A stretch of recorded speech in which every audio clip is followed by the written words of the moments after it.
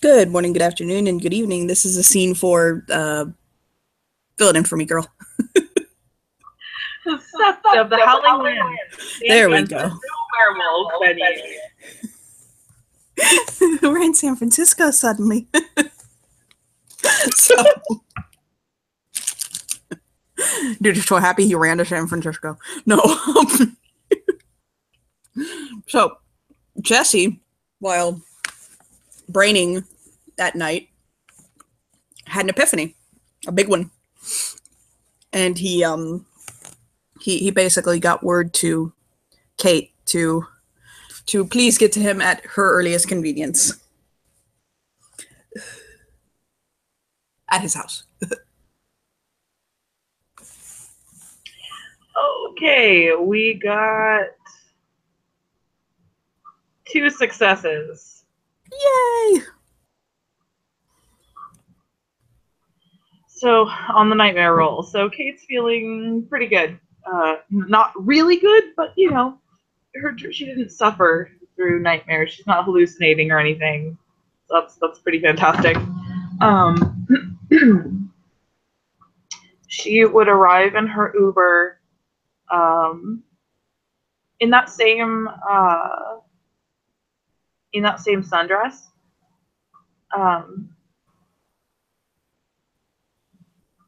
And just walk up and knock on your door. When he answers the door, she's there looking a little confused, almost a little scared, like worried almost, because your message was so urgent. The look on his face is one of someone trying to contain everything all at once.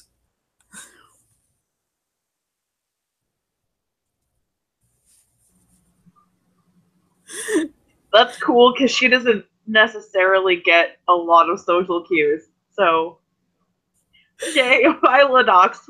Viola Knox waxing that doesn't get social cues. You will open the door a little wider, and he's like, I got ice cream. Okay. That is not why I called you over here. He walks in,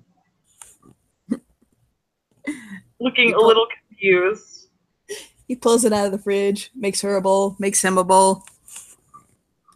He's got a situation where he's got like a daybed and a sofa in his room. Again, it's a studio, so it's not that big. Yeah. So he'll kind of point at the sofa and kind of crash on his daybed sitting cross-legged with the ice cream. Yeah, she picks up her bowl of ice cream and her spoon and walks to the couch as suggested. He's got, by the way, today he's got like sitar music playing, like Indian like trance, sitari music basically. But it's very soft. And he'll just kind of like tilt his head and say, I either had the best or the worst idea. And I swear I was completely sober when it came to me. She chuckles and what do you mean the best and the worst? Those are really contradictory terms.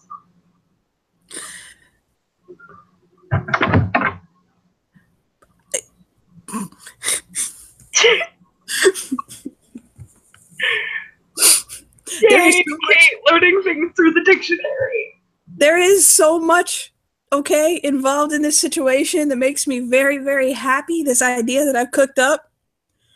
Not which the least being that we get to lie to the government. But that's not the best part of my idea. Won't lying to the government get us in jail? Technically, but no. Because there's really no way for them to kind of put this one together because it's kind of foolproof. Okay, as long as you're not getting yourself into trouble. Oh, I'm getting myself into a whole heap of trouble, but it'll be the best kind of trouble.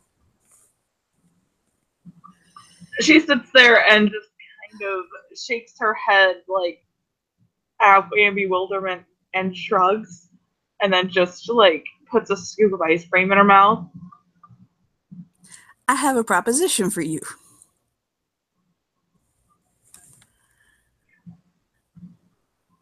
She stops. She stops and she's like, I don't think we're allowed to do that. That is absolutely not my proposition. It's like, okay. My mind's not even near there. It's quite the opposite, actually. So, She runs, you want to divorce me? sure, we'll get there eventually, I'm sure. Listen, I'm 36 going on 37. Okay? Okay, she gets serious. Are of an undetermined age, but younger than 20. 20 or younger, whatever. Let's not rest on the minutia of the detail. Here's the story. Okay, this is completely fabricated. Are you ready? I'm going to present it to you as the fabrication. Okay. You're either going to love me or hate me by the end of this. She seems a little bit nervous because that's a really wide range of things to be able to feel. So she's just going to eat her ice cream and listen. You don't know your history, right? Or the history that you do know, you can't exactly walk around with. She nods. I propose a new history to you.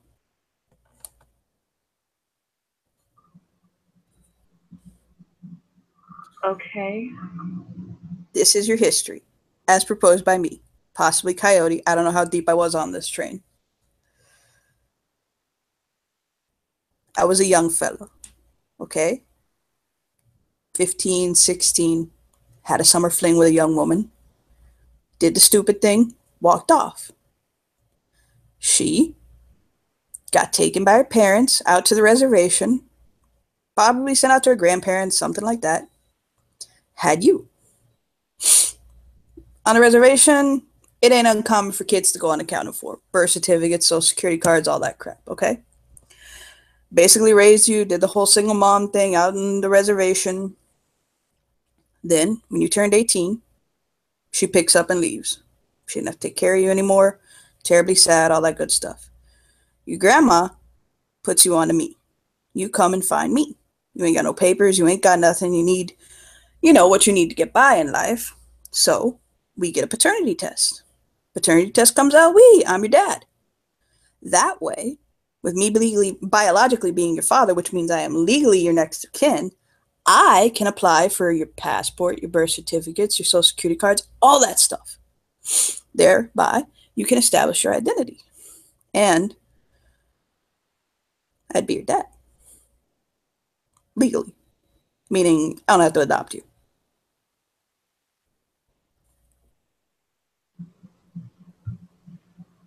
Kate sits there, holding this bowl of ice cream.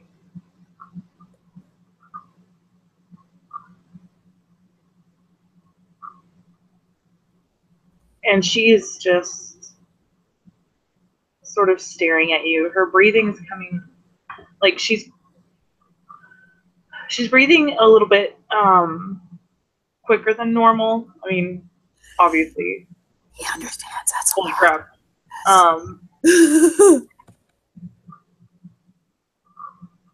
And she looks at him.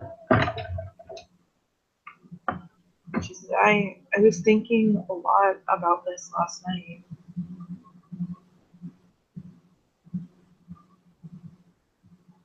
And I have a question. What's that? Why me?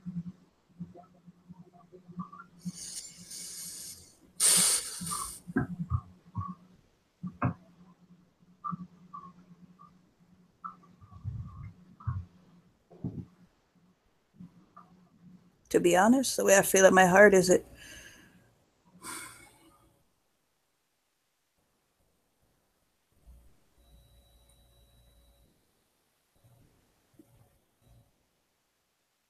sounds kind of hokey, kind of crazy, okay?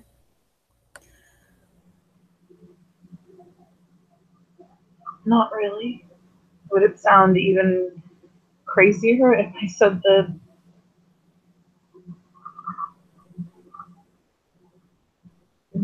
that I wanted it.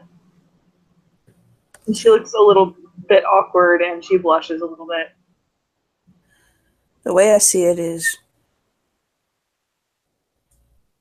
you need a father and I need a daughter, to be honest.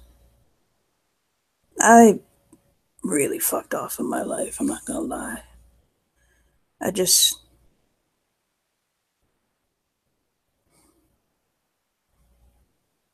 sometimes I think about where I am and where I've been, and you know what frightens me the most about my life?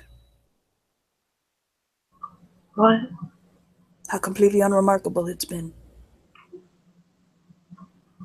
Just because I didn't pay attention to how much time was passing. And now I'm starting to see all the things I missed out on, all the things I didn't do. I didn't graduate high school. I didn't get married or take on a husband or a wife or anyone that I could have built a life with. I basically just, I was so selfish for so long, just doing what was right by me, that I never gave my heart to anybody else, I don't even mean in a romantic sense. I don't have any feelings for you of that sort. She nods. Yeah, I don't. You don't have to elaborate, it's okay. But the the little sparks I have inside of me for you are very much one of what reminds me of what was between me and my dad.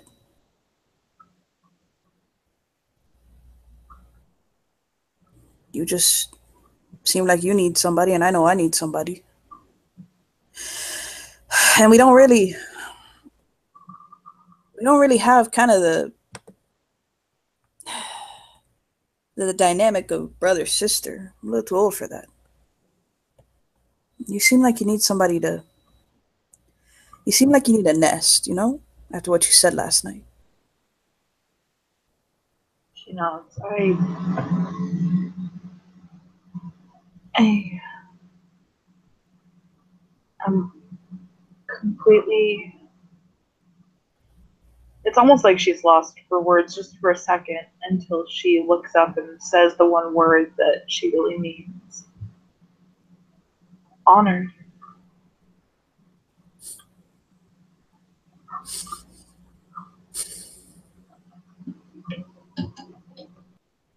You asked me why you. I can't really tell you why. I don't know why. Just. It feels right. And I realized that. I mean, yeah, we'd be playing one hell of a prank on like everybody. She chuckles. And I mean, I'd only be your father in name, not in blood. Like by paper and legally. And by spirit, I guess. I mean, if you saw me like that.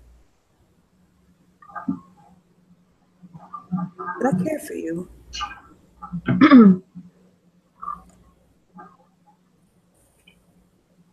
She smiles and gets like this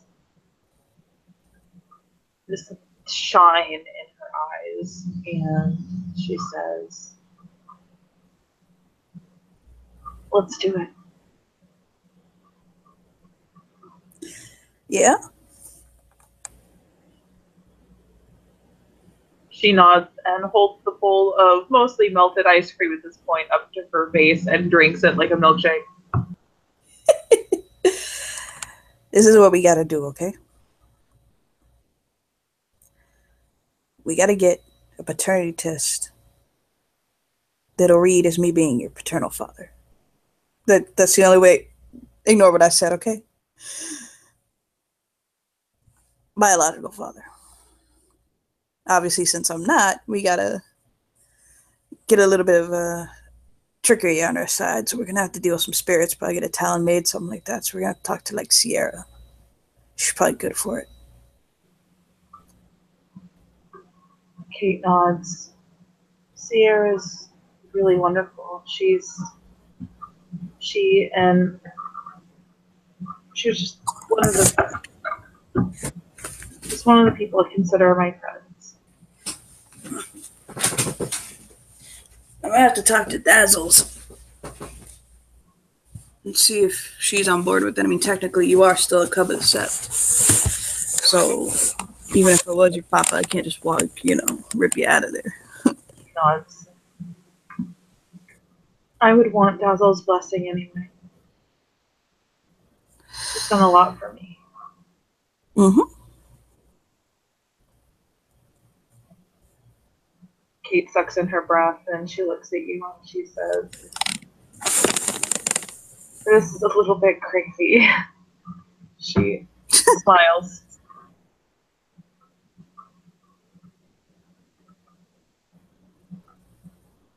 Not necessarily bad crazy, just a little crazy.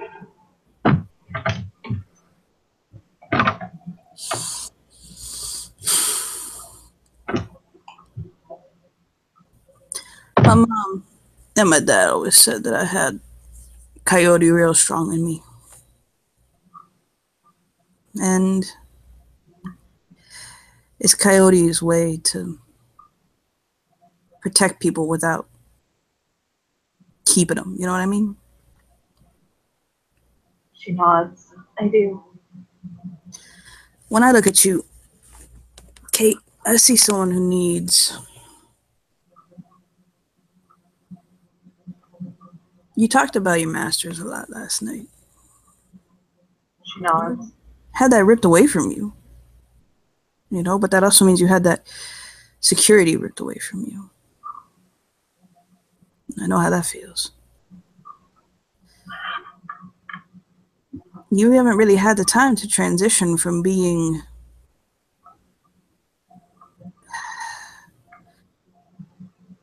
children, as magnificent as they are. They don't really have their own sense of agency, you know what I mean? That's something they kind of learn and come into, Kate nods. And when you just take that away from them, and you thrust them into adulthood, it can be really bad. They don't have that time to have something to fall back on, I never really thought about it that way. But yeah. If I can be that thing that you can fall back on and help kind of give you some direction in life. And I can't do much for you as a Garu because, he'll shrug. I ain't much learned in our ways than you are, to be honest. I'm just a Cleith. But as a person, I've been on this earth 36 years. I picked up a thing or two.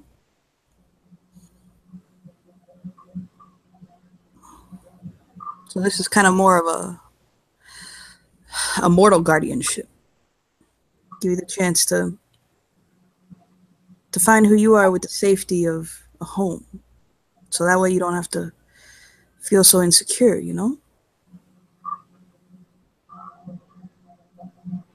She nods her head slowly.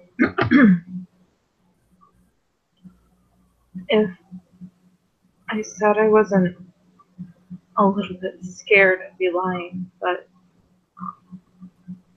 I think there's a difference between good scared and bad scared. And I think this is the good scared. I think they call the good scared excited.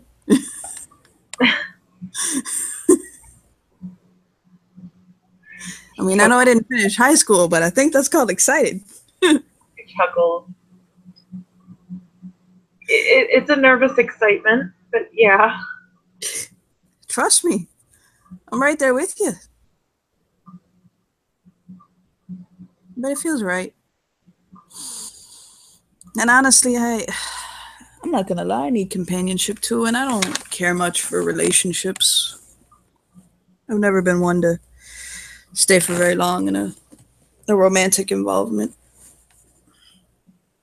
As proven last night by my talk of Giselle Simon. And did I mention Hector while I was at it?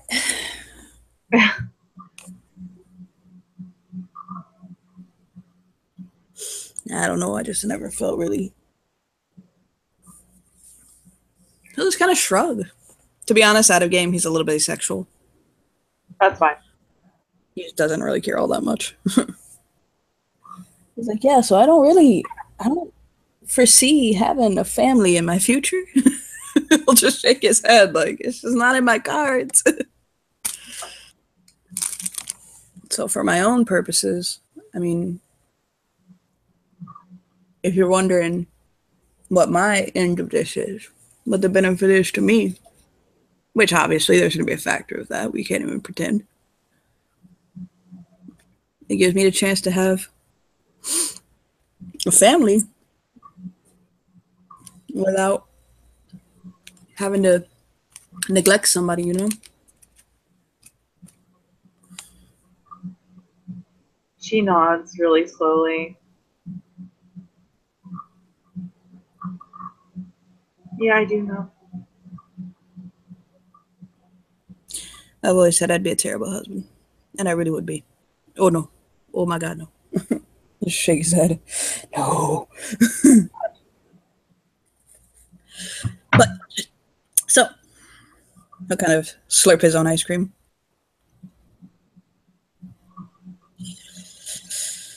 I guess we got some things to work on. Of She nods. Yeah. Can we ask Dazzles first? course.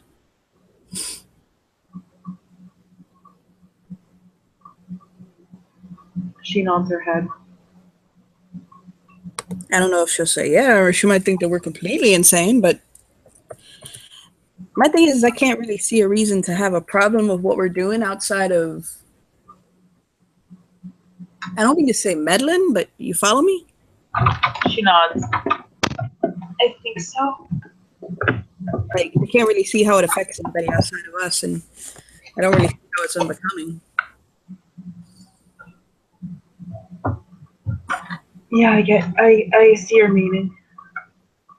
That being said, I'm pretty crazy, so I'm typing something. That's why I drifted a little.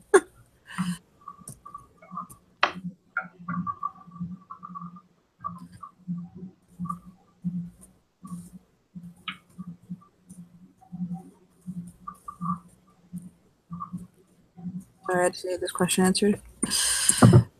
Dear viewer, please take heart that will only be a moment. One moment.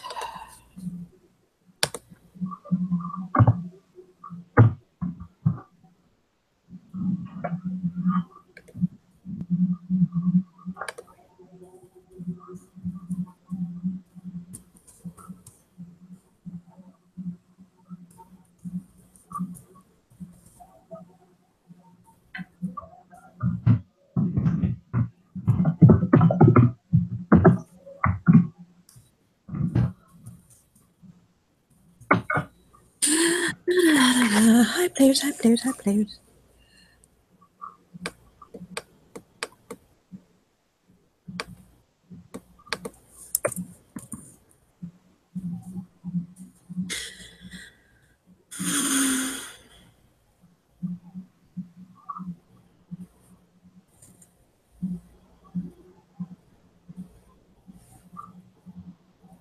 If we cannot get her, I imagine we can always pick up later.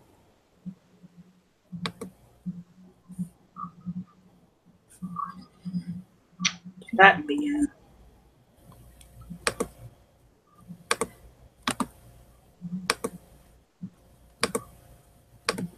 Do you want to know the name of the scene, by the way? I would love to know the name of the scene. Dad jokes. Oh my god.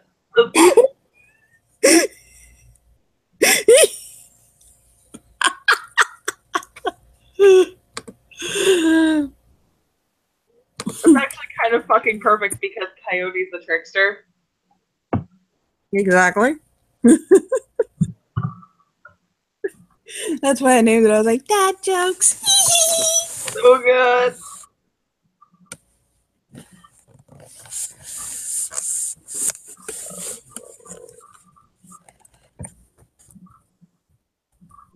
Come on.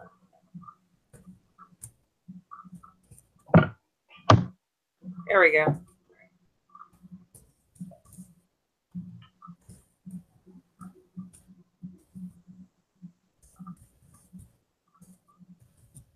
So Kate just sort of sits there in the quiet, and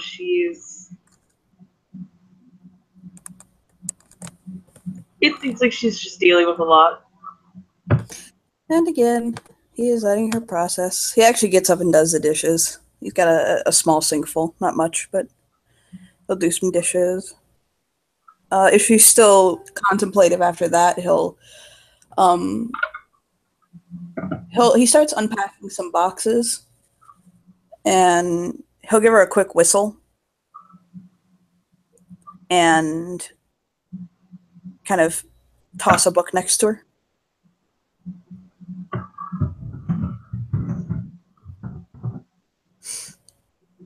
She'll look at the book. It's a book that's kind of like, it's a small book of Native American mythology.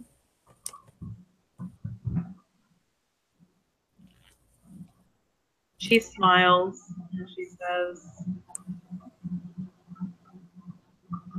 I've only looked into a little bit of that. Or a little bit of this. I've definitely not gotten as far as looking at a collection. But thank you. Of course. Those are some of my favorite tales. It's one of my older books.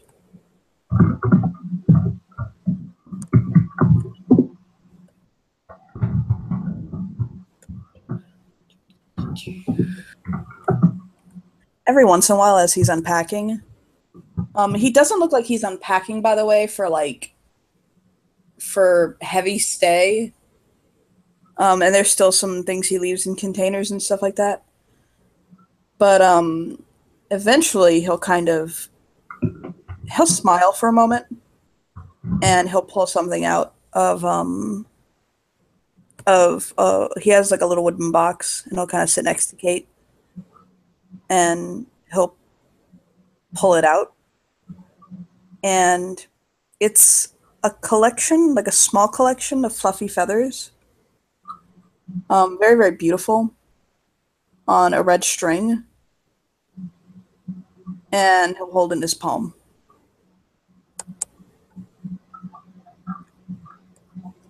She stares at it and studies it. She said, "What is it? It's beautiful." Coyote is in my spirit, but my spirit animal is the red hawk. When I did my vision quest when I was younger, a red hawk was my spirit guide. And these feathers, we'll kind of point at some of the longer, more like substantial feathers, come from over its heart. After I finished my vision quest, he preened and pulled out some of his feathers. And except these, though, he touches some other ones. He says these come from above his eyes. He shook those out. So it's just a little talent that, when he says talent, he means the Native American form. It's just a little talent to remind me to guide myself with my eyes and my heart.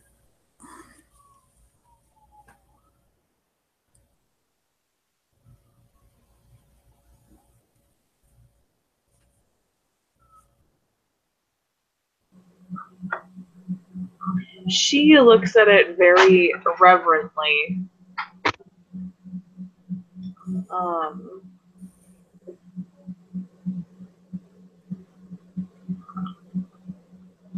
Wow, that's beautiful. I can't tell you I understand a lot of the difference between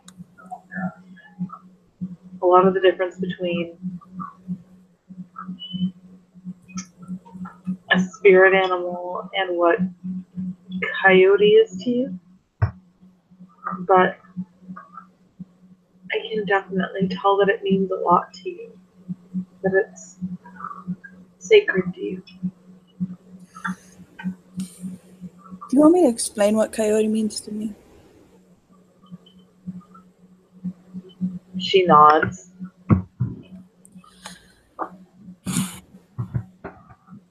You see, I come from red wolf stock. They become very, very rare in the wild. There's only, probably maybe a couple hundred, if even. The red wolves, they were hunted almost to extinction. And one of the ways that the red wolf themselves saved their own blood was by mixing with the blood of the coyote. They mixed with coyote blood to strengthen their own. It's said that most red wolves in the wild have at least, about 20% coyote blood mixed in with them. So I probably got the blood of coyote running through my veins. But that's not what it was about. It was about perseverance and pushing on and doing whatever it took to survive, which is what I kind of see in part what being a trickster is about. It's not about making people laugh or pranks or pulling jokes. It's about getting between the spaces, finding the ways nobody else sees, and surviving despite everything else. That's what it is to be a trickster to me. You'll get up and I'll stretch. I haven't gotten some stuff done. Ice cream all done, all that. And I say, come on, let's get ourselves to the set. She nods, following you. He'll open. He'll beep, beep, his truck. He's got a truck. She smiles and gets it on the other side, buckling up her seatbelt. So the truck is banging Snoop Dogg.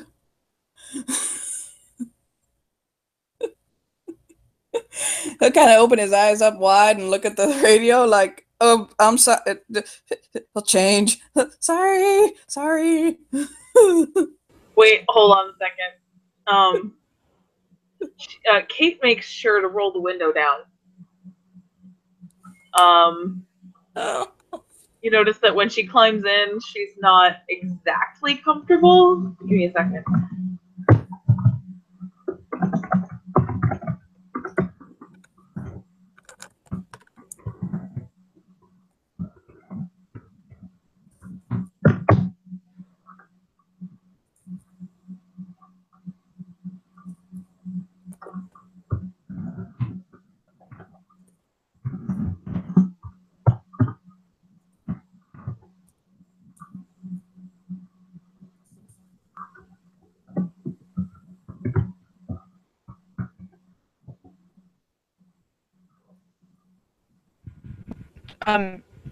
Kate's been in cars enough before that she can just get in. She doesn't have to roll her claustrophobia. Cool. But yeah, that's one of the reasons why she's keeping the window open. I will be right back. Yeah, that's fine. Read it quickly.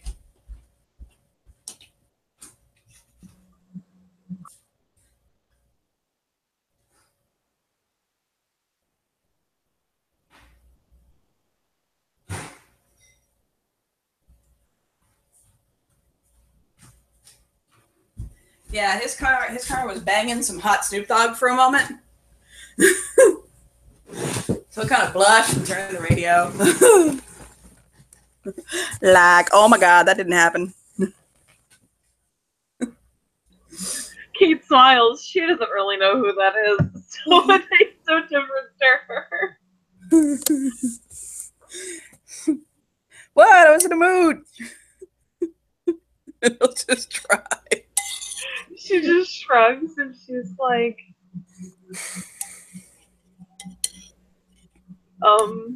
who is this artist again? That was Snoop Dogg. Oh my God, I have so much to teach you.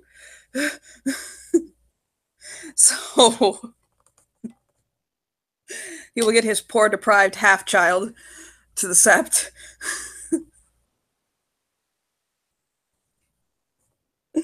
Yeah, Kate's following along pretty quietly. Well, I've never met Dazzle, so you're gonna have to take me to her. Oh, that's right. So I've only spoken to her in correspondence. right. So Kate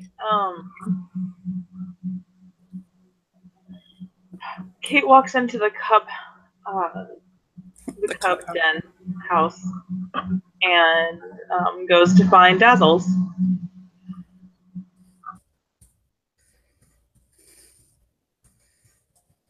Dazzles is where she normally is. She's at the she's at her house. But she's not inside.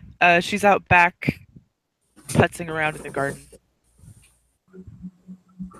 So Kate walks up to her very quietly. Dazzles? She hears Kate's voice and she smiles, turns around, kind of claps the dirt off of her hands. Yes, Kate. Smiles to her.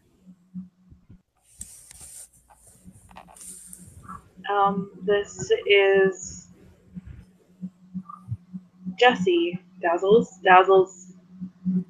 Jessie, Dazzles. He will give her a very, very respectful and polite smile. Oh, you must be one of the newcomers. He'll nod. Well, I am Dazzles the Young. I am a Galliard of the Children of Gaia and Athro of the Nation.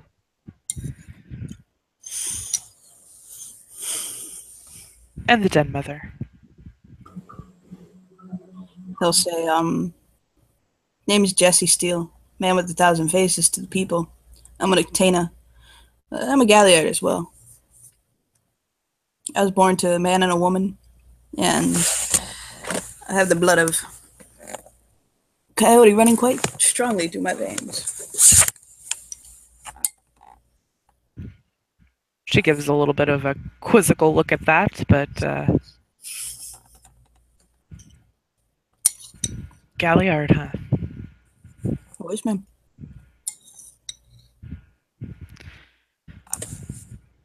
So what can I do for you today? He's just standing off to the side, letting them get to know each other. Well, at the joint interest, those in the sept when I first arrived, I have gotten to know Kate a bit better. It was a mutually decided sort of a thing between myself and several of the other established sept members. They thought her maybe possibly pairing up with Tana close to her position, being that I'm clear, might be a good idea. And I've been trying to pass along the ways and the stories to her, but I have come across a solution to a possibly more mundane problem in her life.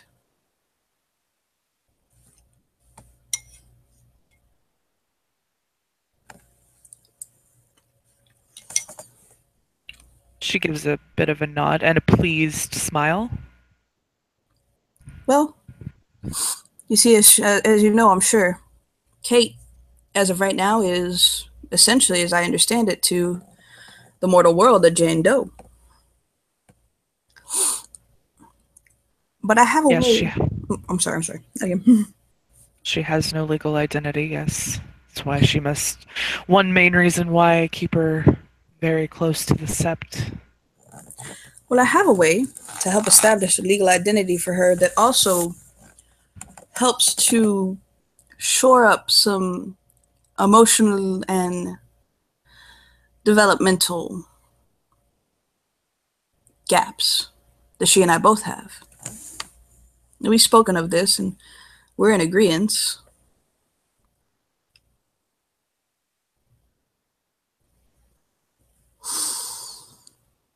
Dazzles looks intrigued. Go on. I'd like to propose a story to you. You're Galliard. I imagine, of course, you like stories. She smiles and looks at you as if with kind of a duh look on her face. I'm going to pass this along to you as I pass this along to Kate. When I was 15 years old, I met a beautiful woman. Well, a girl, but that sounds kind of wrong. And she and I had a summer love, and it was magical. But unfortunately, we weren't very safe in the way of things, and she came with child. And I shamefully walked back on my responsibilities. Her mother, being the goodly woman that she was, pulled her away from the situation, took her to a reservation in Oklahoma. Her mother never really, the girl's mother, my child's mother, never really took to bonding. Had a little bit of a problem with some things, being a single and one mother, of course. And she never really, because they were on the reservation, reported the child to the authorities. You don't have to on reservation. It's not uncommon for kids to not have birth certificates, social security cards, such in the way of things.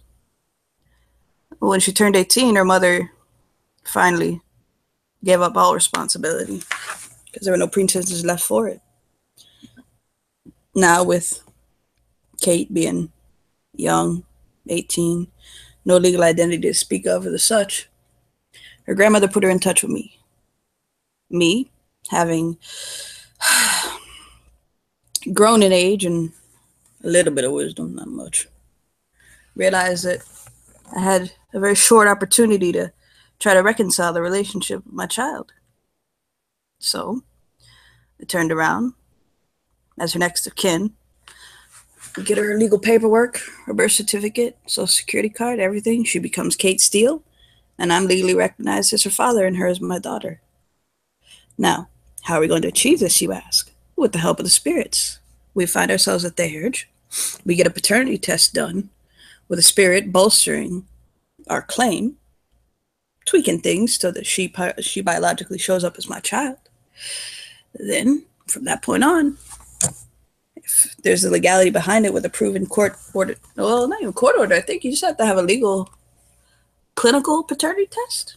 I'd be her next of kin, and I can apply for all of her documents, and then I can turn around and actually put her to the Seminole Nation. She'll get a little check saying, hey, look, survive. And everything will be set up right for her. Kate is studying Dazzle as the story goes on. Semi-hopeful, semi-scared, not scared, nervous. Nervous is better. Well, at no point does she ever look displeased, but she's her expression remains even, as if she's really thinking about this. Now, as far as the emotional side of this goes, I don't know why Gaia put Kate and me on the same path, but I'll love her like a daughter. I can promise you that. And those words are true. She needs that kind of guidance as much as I think I need to give that guidance. I led a life I ain't proud of. I ain't done nothing particularly to be ashamed of, but I sure ain't done nothing to show for anything of myself. And I've got some things that I've collected along the years, wisdoms, especially about the mortal world, which is something we can't neglect. And Kate needs a nest. She needs the kind of solidarity to fall back on, one person that she can, or two, but a person, something personified that she can fall back onto to make her steps out into this world. So I'm willing to take her on as my daughter and to acknowledge her as such and do what I have to do to protect her and take care of her, while seeing that she learns the ways to take care of herself. He'll nod. If I have to make a roll to put across his sincerity, I will. No, you don't. Dazzles thinks about this. She looks at both Kate and Jesse. Kate looks hopeful but nervous, and she's just staring at you. if you do this, you're aware that she is probably going to have some very traumatic memories come back at some point. I'll be there Are to you hold them. you're both prepared to deal with that? Well, I ain't gonna let her go through it alone. I think it would be just as traumatic for her to be alone when they come back. No, we'll see. Of course, well, she wouldn't be alone, but No, you know what I mean. um, as a den mother, I can't stay with her entire life. My job is to get them to Cleath and let them go forge their own paths. So I'm very glad to see that Kate's found somebody that she can really connect with. And sometimes you meet someone and you just connect. So I get that. We'll smile. This is certainly unconventional, but definitely not something that goes against any of our laws.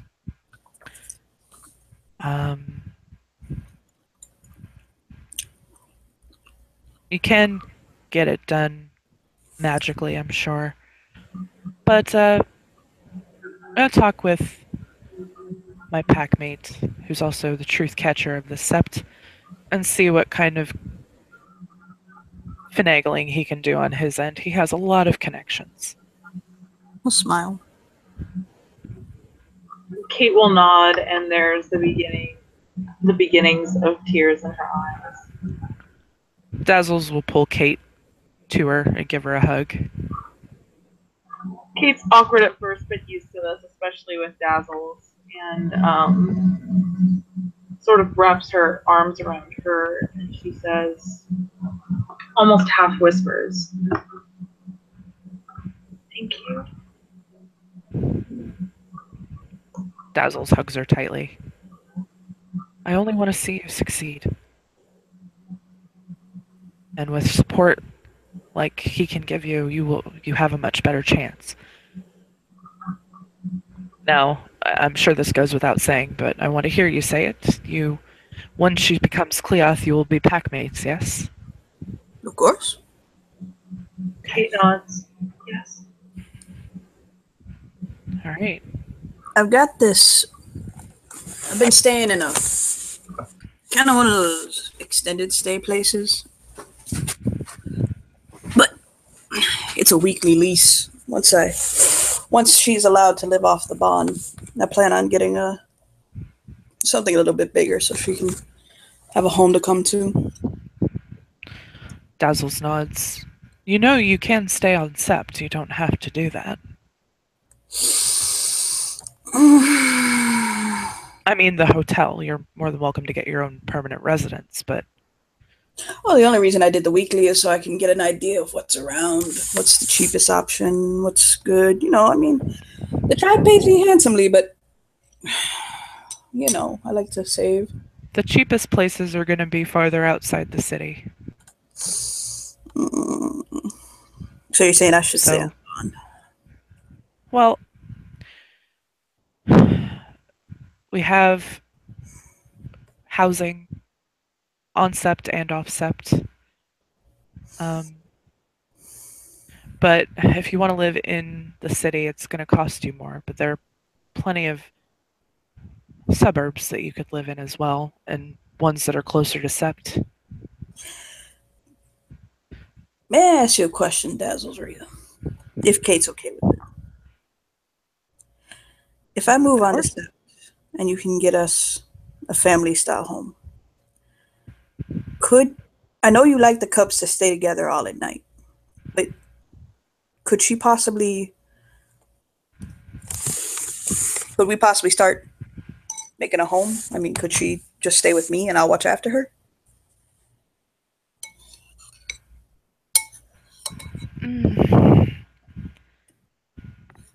The thing is that the Cub experience is special, and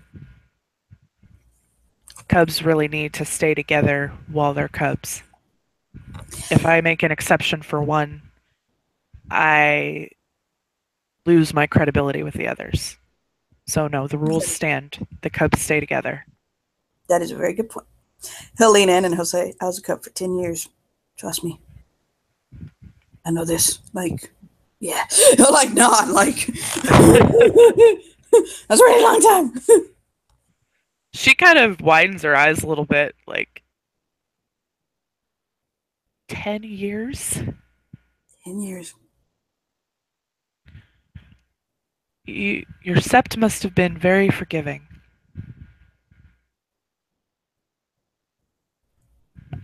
There are a lot of places that would not stand for a cub to remain a cub that long. I did treat a line. I'm not gonna lie. I think that maybe they understood that I was trying to teach them compassion and patience. He'll smile. Sure. But I liked being, and I used to help the den parents, so I think that was the other reason they didn't mind so much. Well, as long as you made yourself useful. There's plenty of septs that would argue that remaining a cub for so long falls under the tenet of the litany about not suffering the burdens of others. Hope pointed her like that is a damn good point, which I got around. So you're lucky. To be honest, between you and me, I think they didn't pay too much attention to it because all the Kiowa got in me. I'll nod. Right. Well, in any case, I'm glad that you're here now and you're here for Kate. Of course. So, I think we got to talk to Miss Sierra because really the only part of this that's the tricky side is getting a paternity test all done up that lists you and me as father-daughter. After that, it's just dragging my ass to all the different government buildings that I have to, which you will go with me to keep me company if the den mother says it's okay. Because I'm not doing that alone. She'll have to go to have pictures taken and things like that. So yeah. Exactly. So when you get that part done, you let me know, and I'll tell you what clinic to go to. Because Rights the Rules will have one set up. They've been talking in the pack link out of character. And it will make sure that not only the magic works, but the paperwork matches. I'll nod.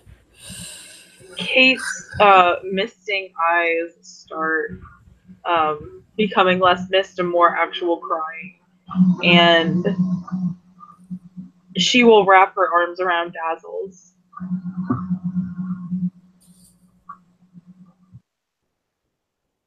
Dazzles will hug her tightly. And there's a little bit of, she's definitely very happy for Kate, but there's a little sadness because all of her cubs are her babies, So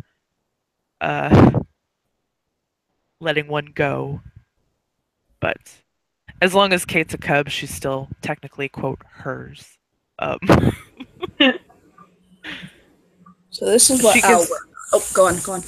I was going to say that before Dazzles lets her go, she gives her a kiss on the forehead.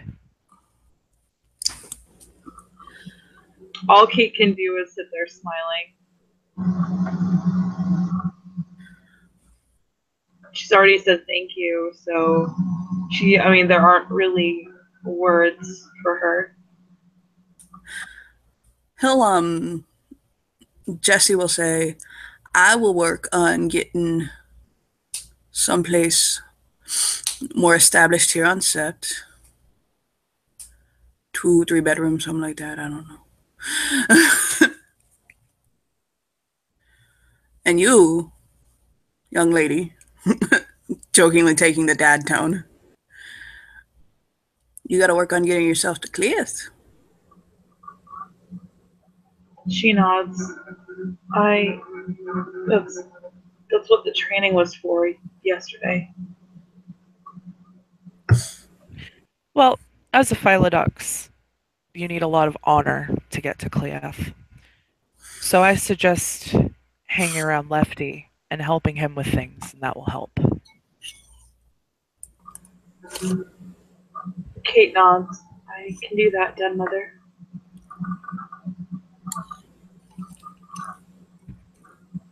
She nods approvingly. Good.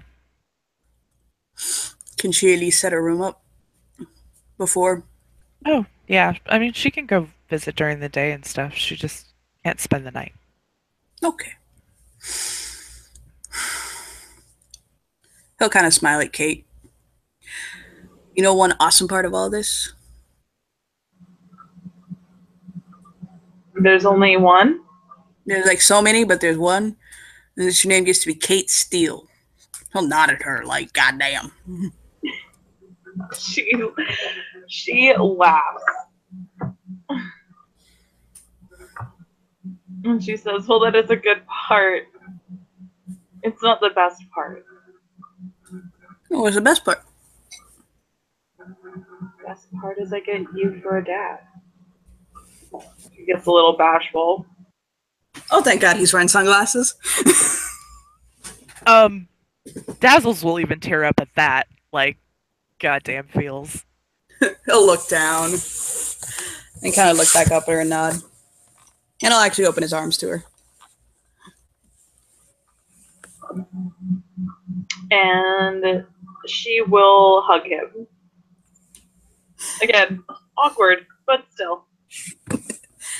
He'll bring it in. And I think that is a perfect place to end the scene. I agree.